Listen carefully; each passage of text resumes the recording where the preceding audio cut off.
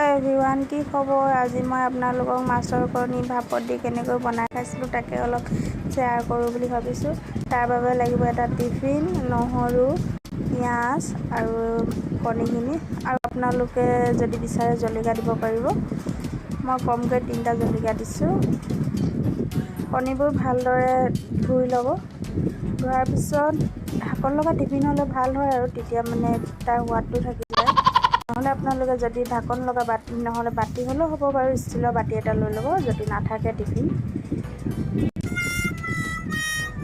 মানে বগা হৈ থাকে কাৰণে মই হালধি অলপ দিছোঁ, নিদো ক'লেও সেইটো স্কিপ কৰিব পাৰিব। কুকাৰত দিলে মানে সোনকালে হয়। গেছটো অলপ বঢ়াই লৈছোঁ, তাৰপিছত অলপ ল' ফ্লেম কৰি দিম। পানীটো কম দিছোঁ, দেখিছেনে? ইমানটো অলপ বুৰ যোৱাকৈ দিছোঁ, আৰু নহ'লে পানীটো সোমাই যাব। দেখিছেনে? মোৰ এইখিনি হৈ গ'ল। খাবলৈ বহুত টেষ্টি হৈছে। অলপ হালধি কালাৰ কৰি আহিছোঁ, তেতিয়া ধুনীয়া লাগে খাবলৈ। ধোঁৱা ওলাই আছে, খাবলৈ তেনেকৈ বহুত টেষ্টি। আপোনালোকে